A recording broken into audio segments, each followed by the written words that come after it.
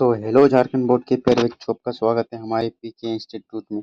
जैसे कि आप लोग देख सकते हैं कि कक्षा 8 क्लास का भूगोल जो चैप्टर 1 का जो ऑब्जेक्टिव पूछे जाएंगे एग्जाम में भी 2027 में, ठीक है। आप लोग को डरने का बात नहीं है, अभी से तैयारी करके रखो, आगे जाके कोई दिक्कत नहीं होगा। तो आप लोग अगर कहीं नहीं आते हैं अगर चैनल में, तो आप चैनल को क्या कीजिए, सब्सक्राइब कर लीजिए और लाइक और अपने दोस्त को भी शेयर कर दीजिए, जिसके कारण से पता चलेगा इस चैनल के बारे में। और ये सिर्फ जेक और बोर्ड के लिए भी है, ना कि सिर्फ झारखंड बोर्ड। लेकिन मैं जो बिलोंग करता हूँ झारखंड से ही, ठीक है। तो समझ जाओ, झारखंड आप पीछे नहीं रहेगा, उससे आगे है, बहुत निकलेगा। चलिए, तो बिना टाइम वेस्ट किए चलते हैं, क्वेश्चन को चालू करते हैं। ये जो आप लोग का ऑब्जेक्टिव क्वेश्चन, ठीक है।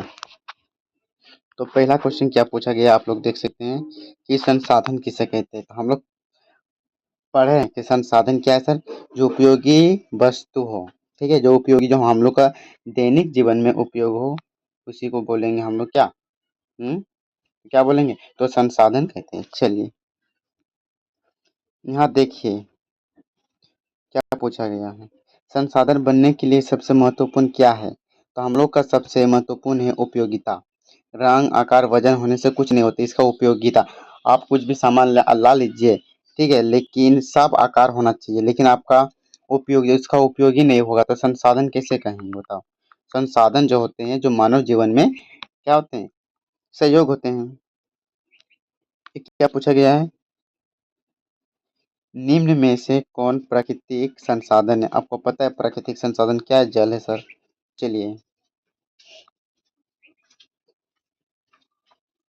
देखो 4 नंबर क्या क्वेश्चन पूछा गया है कि निम्न में कौन सा मानव निर्मित होता है, कि जो मानव द्वारा बनाया गया है।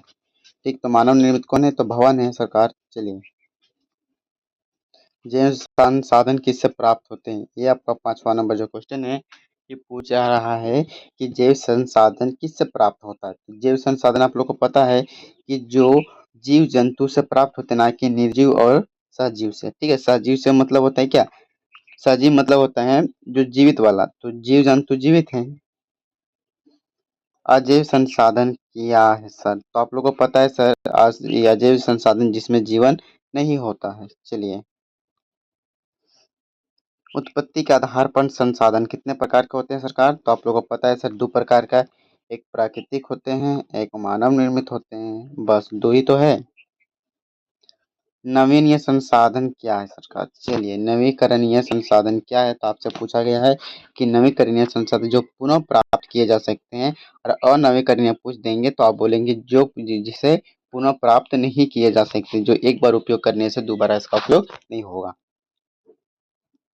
निम्न में से कौन नवीकरणीय संसाधन है, तो बताइए, जिसका उपयोग करेंगे हम लोग बार बार कर सकते हैं। कोयला का कर सकते हैं, एक बार करेंगे तो बाद दांत चियार कर रह जाइएगा। पेट्रोल कर सकते हैं, नहीं कर सकते हैं, ये भी नहीं कर सकते। हाँ, सौर ऊर्जा कर सकते हैं, धूप वाला। प्राकृतिक गैस एक बार करो बस, मतलब पूरा दिन क्या, पूरा साल भर पछताओ। चलिए, निम्न में से कौन अनवीकरणीय संसाधन है, बिल्कुल सरकार, जो एक बार उपयोग करने से वो खत्म हो जाता है, तो कौन, तो जैसे कि कोयला है। चलिए, कोयला किस प्रकार का संसाधन है, तो कोयला जो है हम लोग का,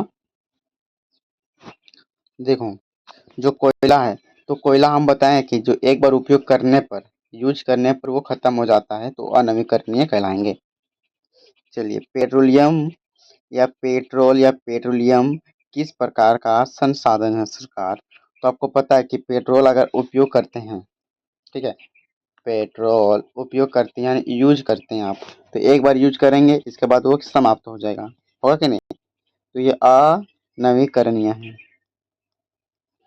किस किस सॉरी, विकास और उपयोग के आधार पर संसाधन कितने भागों में है सरकार, तो 3 प्रकार में, 3 प्रकार में नहीं, 2 ही प्रकार में, ठीक है, 2 प्रकार में होगा। चलिए, वास्तविक संसाधन क्या है, जिनका उपयोग हम लोग वर्तमान में करते हैं, बस। संभाव्य संसाधन का उपयोग मतलब होता है संभावित, क्या है, संभावित मतलब पता है भविष्य में किया जाएगा, संभावना भी नहीं है कि होगा या नहीं होगा, लेकिन संभावित यानी भविष्य में किया जाएगा, ये संभावना या संभाव्य संसाधन है। लद्दाख में पाए जाने वाला यूरेनियम किसका उदाहरण माना जाता है, तो संभावित यानी संभावना है कि हाँ उसमें क्या है, वहाँ यूरेनियम है। कहाँ? लद्दाख में। पाए जाने का वो नहीं है कि निश्चित रूप में पाए जाएंगे, ठीक है। वो अच्छा से बोला नहीं कि संभावना है, जैसे कि आज बारिश हो सकता है संभावना में। चलिए, स्वामित्व के आधार पर संसाधन कितने प्रकार के होते हैं सरकार? तो हम लोग का 4 प्रकार के होते हैं सरकार। चलिए, कितना? 4। व्यक्तिगत उपयोग के संसाधन को कहलाते हैं, तो व्यक्तिगत को हम लोग क्या कहलाते हैं? तो व्यक्तिगत या निजी कहलाते हैं, जो अपना संसाधन का उपयोग यानी रिसोर्स का क्या करे? खुद उपयोग करे, यानी खुद यूज करे।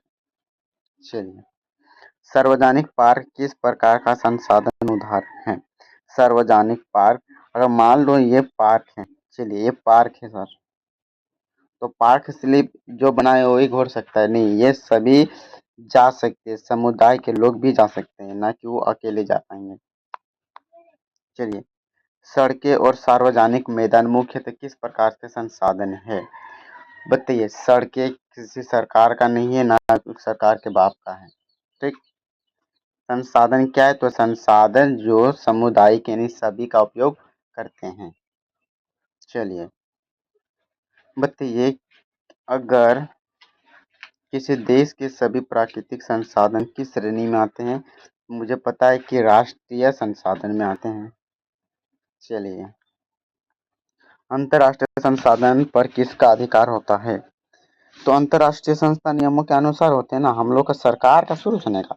ये अंतर्राष्ट्र का बात बोल रहा है, ठीक है, अंतर्राष्ट्रीय का बात बोल रहा है। चलिए, मानव स्वयं स्वयं किस प्रकार का संसाधन है? तो पता है कि मानव एक मानव संसाधन है। चलिए, मनुष्य को संसाधन बनाने के लिए किसकी महत्वपूर्ण भूमिका होती है? ज्ञान और कौशल, केवल जल, हाँ, क्या? ज्ञान और कौशल का ही जरूरत होते हैं। मानव संसाधन की गुणवत्ता बढ़ाने में क्या सहायक है? तो प्रदूषण क्या हो सकता है बताओ? प्रदूषण तो नहीं हो सकता, बेरोजगार तो नहीं, अशिक्षा यानी शिक्षा और स्वास्थ्य को मानव के संसाधन का, अगर मानव स्वास्थ्य रहेगा तो आगे बहुत कुछ कर सकता है। चलिए, यहाँ पूछा गया है कि तकनीक संसाधन के उपयोग को क्या तकनीक संसाधनों के उपयोग को क्या कहलाते हैं? देखिए, अधिक प्रभावी बनती है, इतना समझ में आया। चलिए सरकार, संसाधनों का वितरण पृथ्वी पर क्या होते हैं सर? असमान होते हैं, आपको पता है ना, असमान। अगर समान रहेगा तो बस तब तक खेला होने वाला है। चलिए, यहाँ क्या पूछा गया देखिए, संसाधन का असमान वितरण मुख्यतः किस कारण होता है सर? तो ये भौतिकी के कारक कारणों से, भौतिक कारकों के विभिन्नता के कारण है। चलिए,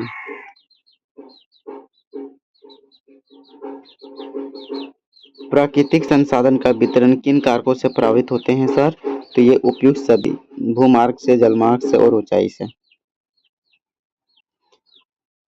क्या है? पेटेंट किससे संबंधित है? तो किससे संबंधित है आप लोग का?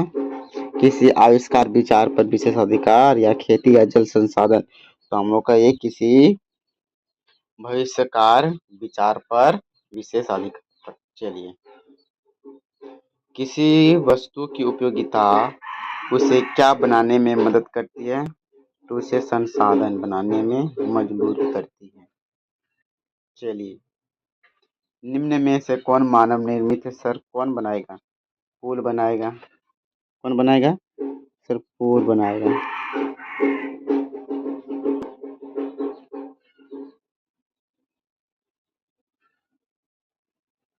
चलिए, कौन बनाएगा? पुल बनाएगा।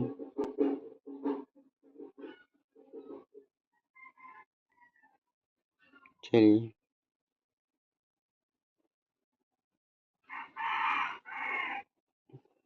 कैंसर उपचार की औषधियाँ या कैंसर चीज का जैसे कि औषधियाँ है, ठीक है। तो औषधि किस प्रकार के संसाधन का उदाहरण है? तो एक मानव निर्मित, तो कौन बनाएगा? मानव ही बनाएगा ना, कोई आके जानवर तो नहीं है बनाएगा। चलिए, पवन किस प्रकार का संसाधन है सरकार? पवन बताइए। नवीकरणीय। चलिए। सूर्य का प्रकाश किस प्रकार का संसाधन है? तो ये शायद जो सूर्य है नवीकरणीय कभी खत्म नहीं हो सकता। इस संभावना जब रख दिया तो क्या रखा है? निम्न में कौन सा अनवीकरणीय संसाधन का समूह है? कोयला, पेट्रोलियम तो है ही है। सूर्य पवन, जल पवन नहीं है। पहला वाला ही सही होगा। संसाधन का संरक्षण आवश्यक क्यों है? क्योंकि संसाधन का आवश्यक इसलिए है कि भविष्य में आवश्यकताओं के लिए अगर आवश्यकता नहीं करके रखेंगे तो बाद में हमें आगे जनरेशन हम लोग का उसमें प्रभावित हो सकते हैं, वो बुरी तरह से फंस सकते हैं। संसाधन को विवेकपूर्ण उपयोग कहलाता है क्या? तो बताइए कि संरक्षण कहलाएंगे। निम्न में से कौन संसाधन नहीं है? तो आपको पता है कि अनुपयोगी कचरा नहीं है। संसाधन का निर्माण और विकास मुख्यतः किससे जुड़ा है? तो किससे जुड़ा है? एक समय और तकनीक से जुड़ा है। ठीक। तो बस जो अभी हम 40 क्वेश्चन आप लोग को करवा दिए हैं, आप लोग बिना फिक्र होके पढ़ के जाइएगा। ठीक है। और भी तैयारी करवाएंगे। अभी तो दिन शुरू हुआ है। ठीक है। अभी तो चालू है। बहुत अभी पढ़ाना है। आप लोग को पढ़ना भी है। तो बस ठीक है। इतना आप लोग को समझ में आया? अगर जिसको अगर समझ में आता है या नहीं आता है तो हमको बोलना है, कमेंट कीजिएगा। ठीक है। कमेंट में लिखना कि समझ में नहीं आया किसी भी प्रकार का कोई दिक्कत नहीं। बस आज का वीडियो यहीं तक रहेगा, यानी आज का क्लास यहीं तक खत्म। बस।